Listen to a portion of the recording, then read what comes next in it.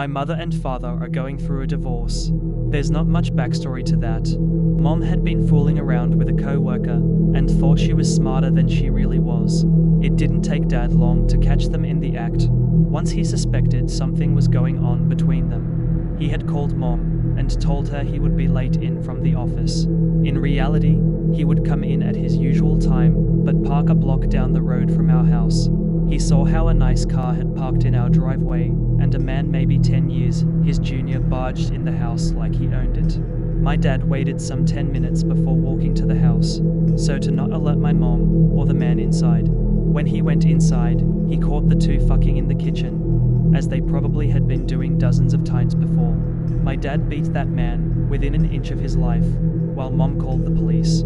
Although no charges were filed thanks to Dad being friends with some of the police in our small town, he did spend the night in a jail cell.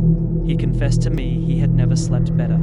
Due to the very complicated legal battle that was underway, my parents decided I would be spending the summer with my grandfather. I didn't know the man. I had maybe seen him once when I was 6 at some family reunion. He didn't sound very enthusiastic to be taking care of me either. Mara, this isn't a good time for him to come over. Things are complicated over here on the summers. I overheard him while he was talking to my mother on the phone. For fuck's sake, Dad, I never ask anything from you. Just look after him until we get the divorce sorted out with the lawyers. A week later, I was on the road with my dad. We had to drive from Kansas City all the way to Des Moines. I used to enjoy road trips with my dad, but this one wasn't fun, and it certainly was a lot quieter. After what felt like a few hours of watching YouTube videos and browsing Reddit, if only to break the silence, I asked my dad what my grandpa was like. He hasn't really been in your life much, but he's not a bad man. Your grandfather is a recluse nowadays, but he did love you whenever he was around back in the day. I paused for a moment and asked, what changed? My dad, not moving his eyes from the road, just answered, you'll have to ask him that yourself when you get there. The neighborhood was run down. It didn't look like one of those bad neighborhoods where being stabbed or shopped was likely. It looked more abandoned and unkempt. After driving past a few eyesores, we got to a relatively nice-looking house. 2 stories, lawn well kept, and looked entirely out of place compared to everything around it. From inside came an elderly man who somewhat resembled my mother in some facial aspects. Are you kidding me, Dad? That guy is going to keel over before the night is through, I said, not trying to hide my frustration with the situation. Don't judge a book by its cover. He's a Vietnam vet. I grabbed my baggage and walked past my grandfather, who barely acknowledged me as he went straight to talk to my father. I dropped my bags inside of the impressive house, and a window drew my attention. From it, I could see Grandpa and Dad having some type of heated discussion. They were too far away for me to make out anything they were saying, but it was clear to me that I wasn't exactly welcome. My dad pulled away from the driveway, and Grandpa walked back to the house defeated. I went to pick up my bags and tried not to make my eavesdropping too obvious. We met at the staircase, and Grandpa awkwardly uttered, "Hey Ben, been a while, hasn't it?" His pathetic excuse for small talk just made the whole situation even more uncomfortable. Look, Grandpa, I know I'm not wanted here, and I'm sorry my parents just dumped me here, but it looks like we are stuck with each other for a few weeks. Grandpa looked a bit shocked, or maybe relieved at how direct I was with him. It's not that I don't want you here. This place isn't exactly safe on the summers, but you are already here. If you are going to stay here, there's some rules you absolutely cannot break under any circumstances. This whole interaction had me a bit confused as to why my parents would ever send me to live with this guy for any length of time. You can only go outside during the day, and you cannot speak to anyone if you see anyone outside. Absolutely no going outside during the night. Under any circumstances, it doesn't matter what you see or hear. I didn't know if my grandfather was lying in order to freak me out and get me back to my parents faster, or there was actually a reason behind those rules he put in place. In any case, I nodded, and my grandpa showed me the room I was to stay in for a few weeks. We went up the stairs, and he opened a door to a room seemingly stuck in time. Looked like 80s decor was all over the place.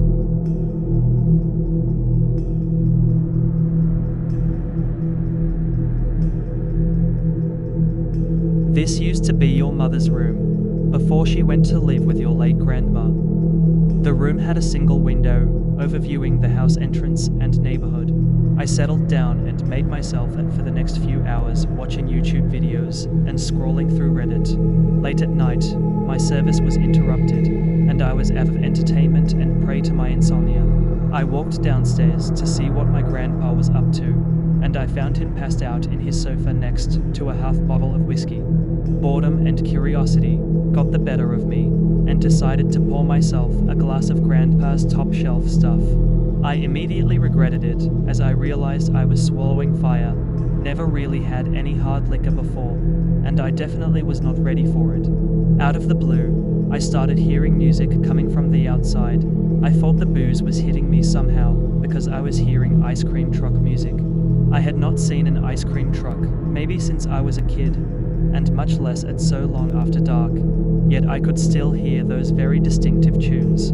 I went upstairs, since Mom's old room had a great view of the neighborhood, and to my surprise, there was an old, timey-looking ice cream truck parked outside, under a light pole. I remembered Grandpa's earlier warning, absolutely no going outside during the night, under any circumstances. It doesn't matter what you see or hear. Maybe it was my morbid curiosity, or that minuscule amount of whiskey I had, but I said fuck it and decided to check it out.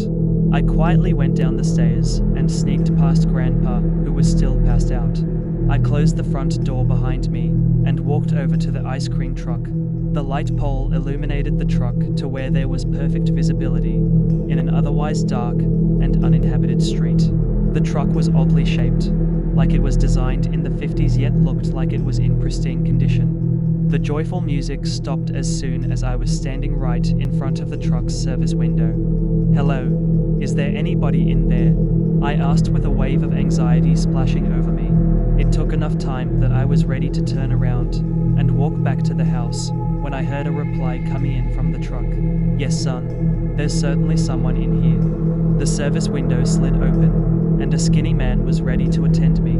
He wore badly fitting white clothes an ice cream man would wear in the 50s, complete with slicked back hair and a white hat. "Say you look like you could be Mara's boy, am I right?" The creepy looking man in front of me was somehow familiar with my mom, as she used her first name. "How do you know my mom?" The ice cream man gave me a sickly smile from ear to ear that had me convinced his skin would break and tear around his mouth. "She and I were good friends when she was around. Do you want to be good friends too?" Something absolutely felt off about the guy that was in front of me, and every fiber of my body screamed to get the hell out of there. "Actually, I think I should be going. My grandpa could wake up any minute now." The man frowned yet seemed understanding. "Of course, I don't want to cause you any trouble, but before you go, try some of my ice cream. It's to die for." Before I could reject his offer, he extended his hand, which was unnaturally long, and was holding an already served strawberry ice cream cone. "It'll be our little secret." I hesitated for a moment, but took the ice cream from him, not wanting to anger the creep. I licked the ice cream, and it actually tasted better than any ice cream I had before. Before I could compliment him, the light pole started to fail. Light was flashing on and off, and I could hear the ice cream man giggle and then full on cackle. As soon as the light would come back on, I could see that the ice cream truck had turned into a rusty, unserviceable junk pile, and the ice cream I was holding in my hand stank like a putrid carcass and had gone from strawberry ice cream to chunks of human flesh. The ice cream man grabbed a hold of my shirt with his inhumanly long limb. "My ice cream tastes so much better when it's made out of kids." I panicked and tried as hard as I could to break free, eventually ripping my shirt and falling to the ground. The ice cream man shrieked and tried to squeeze out of his service window. I immediately got up and sprinted as fast as I could back to the house, looking back only once I was opening the door to see that the creature dressed in a man's clothes was only a few feet behind me, running on all four elongated limbs. I slammed the door shut and locked it behind me. I waited for the inevitable impact of that creature with the door, desperately trying to knock it down, but it never came. "What did you do?" My grandpa had gotten up from his sofa and had a double-barrel shotgun in his hands. I didn't mean to. Ice cream man, were the only words I could say while out of breath. My grandpa pulled me in closer and away from the door. That thing has been away since it took all the children, probably starving. Now that it knows about you, it won't stop. We heard a crash upstairs, and I knew it had gotten in. We could hear how fast it ran from one side to the other upstairs. We need to get out of here. My grandpa signaled for me to grab the keys for his car from the table near the door.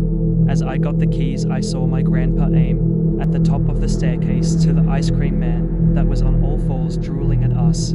The creature ran down the stairs, and Grandpa shot it as it fell the rest of the way down and produced an inhuman wail. We ran out the door and sprinted to Grandpa's car, only to have that creature follow us only moments later. Grandpa shot at it again as I started the car and drove away into the night.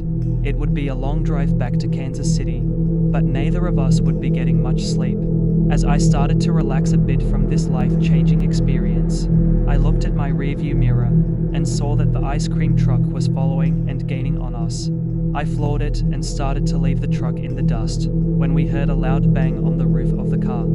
The ice cream man broke the driver's side window and grabbed me by the hair, desperately trying to pull me out. Grandpa took control of the wheel while trying to hold on to me as I was halfway out of the window at this point. Before that thing could drag me out entirely, we had invaded a lane with incoming traffic. The creature let go of me as Grandpa managed to pull me back in just in time as we swerved and lost control of the car. The next thing I remembered was being surrounded by medics who had pulled me out of the wrecked car. I looked around as much as I could to see where my grandfather was. To my horror, a few dozen feet away from the crash site, I saw his unconscious body being dragged away by the ice cream man and being thrown into the back of his truck. The last thing I saw before passing out again was the ice cream man turning back around and directing a grotesque smile towards me.